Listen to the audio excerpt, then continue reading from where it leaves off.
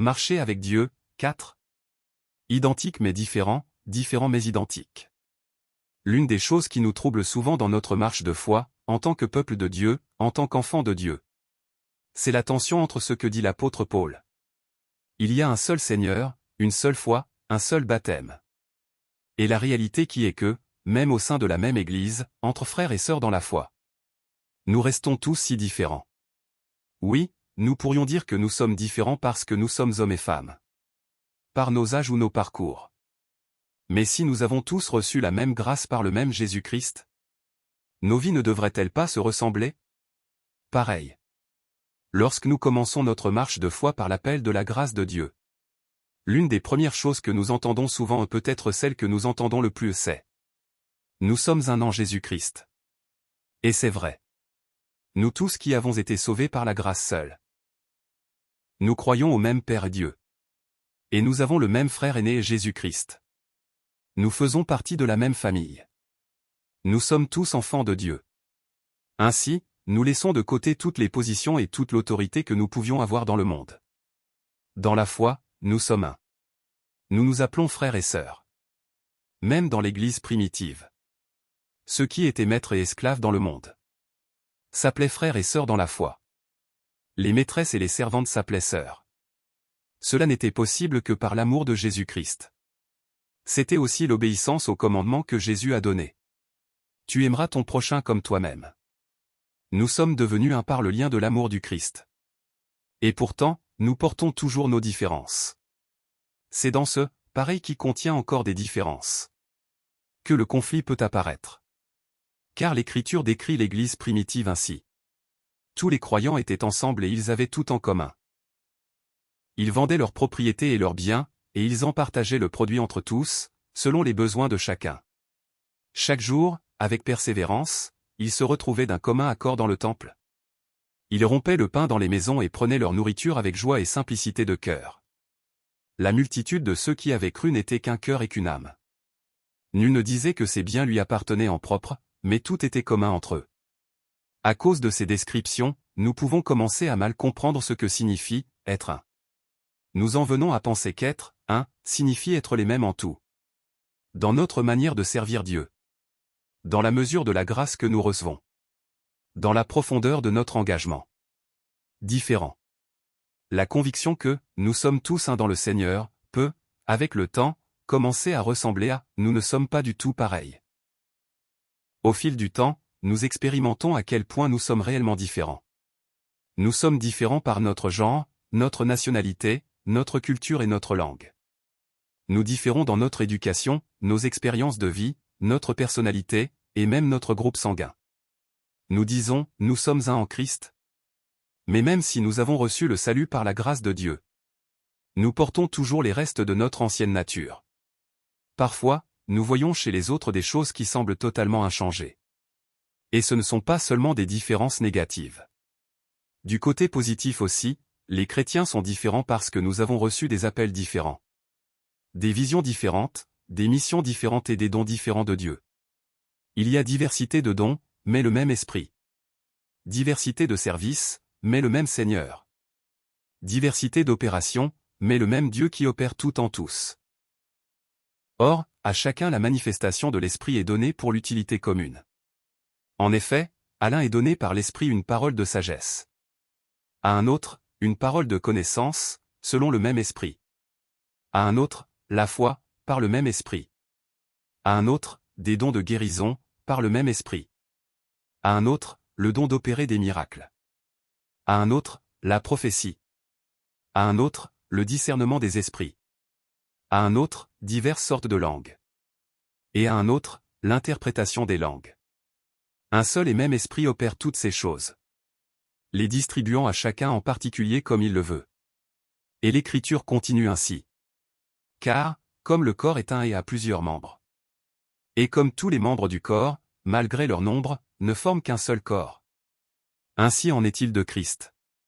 Nous avons tous, en effet, été baptisés dans un seul esprit, pour former un seul corps, soit juif, soit grec. Soit esclave, soit libre, et nous avons tous été abreuvés d'un seul esprit. Ainsi le corps n'est pas un seul membre, mais il est formé de plusieurs membres. Si le pied disait, parce que je ne suis pas une main, je ne suis pas du corps, ne serait-il pas du corps pour cela?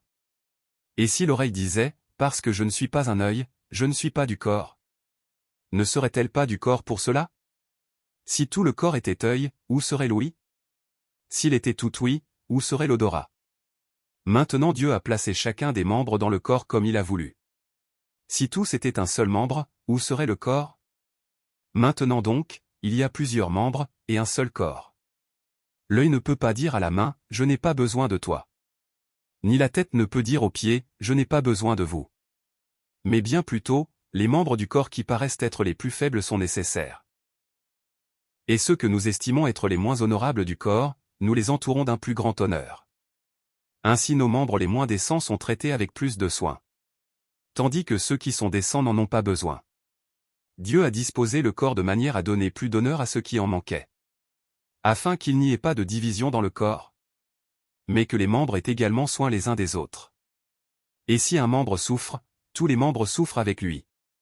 Si un membre est honoré, tous les membres se réjouissent avec lui. Vous êtes le corps de Christ, et vous êtes ses membres, chacun pour sa part. Et Dieu a établi dans l'Église premièrement des apôtres, secondement des prophètes, troisièmement des docteurs. Ensuite ceux qui ont le don des miracles, puis les dons de guérison, d'assistance, de direction. Et diverses sortes de langues. Tous sont-ils apôtres? Tous sont-ils prophètes? Tous sont-ils docteurs? Tous font-ils des miracles? Tous ont-ils des dons de guérison? Tous parlent-ils en langue? Tous interprètent-ils? Aspirez aux dons les meilleurs.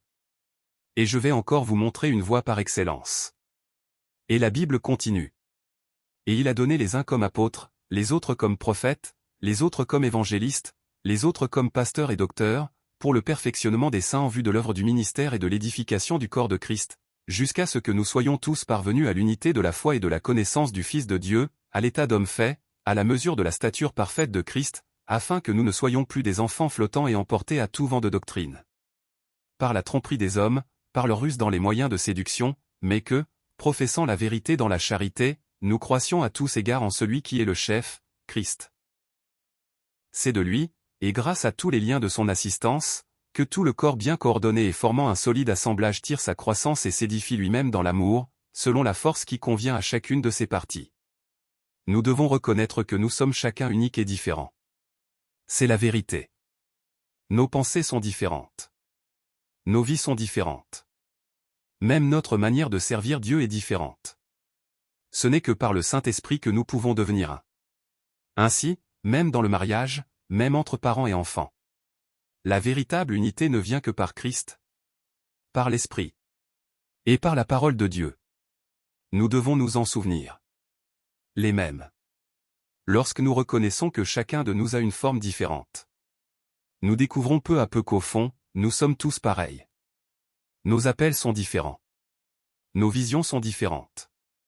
Nos missions et nos dons spirituels sont différents. Mais au final, nous sommes tous les mêmes. L'insensé dit en son cœur. Il n'y a point de Dieu. Ils se sont corrompus, ils ont commis des injustices abominables. Il n'en est aucun qui fasse le bien. Dieu, du haut des cieux, regarde les fils de l'homme. Pour voir s'il y a quelqu'un qui soit intelligent, qui cherche Dieu. Tous sont dévoyés, tous sont pervertis. Il n'en est aucun qui fasse le bien. Pas même un seul. Selon qu'il est écrit, il n'y a point de juste, pas même un seul. Nul n'est intelligent. Nul ne cherche Dieu. Tous sont égarés, tous sont pervertis. Il n'en est aucun qui fasse le bien, pas même un seul. C'est exact. Nous étions tous des pécheurs. Mais par la grâce de Dieu, nous sommes devenus un. Et dans cette grâce, par Jésus-Christ qui est le chef. Nous sommes chacun devenus un membre différent d'un même corps. Chacun ayant un rôle différent à accomplir. Même si nous sommes attachés au même chef. Nous sommes façonnés différemment. Placés à des positions différentes. Et appelés à accomplir des responsabilités différentes. Mais si nous retournons au commencement. Nous nous souvenons, nous étions tous des pécheurs. Nous ne sommes appelés juste que par position, mais par nature, nous restons des pécheurs. Il n'y a donc rien à attendre les uns des autres en tant que pécheurs. Si Dieu ne nous tient pas fermement par sa grâce. Nous sommes tous également dépendants de la miséricorde. Peu importe la différence de nos appels, de nos visions, de nos missions ou de nos dons. Nous restons des pécheurs, déclarés justes par la grâce. Même si nos manières de servir dans l'Église sont différentes. Et même si nos conditions sociales à l'extérieur de l'Église sont variées. Au final, nous sommes tous les mêmes, des pécheurs. Ainsi, nous sommes les mêmes tout en étant différents, et différents tout en étant les mêmes. Voilà pourquoi tous les enfants de Dieu, malgré nos différences, peuvent devenir un dans l'esprit, par Jésus-Christ. Marcher avec Dieu continue.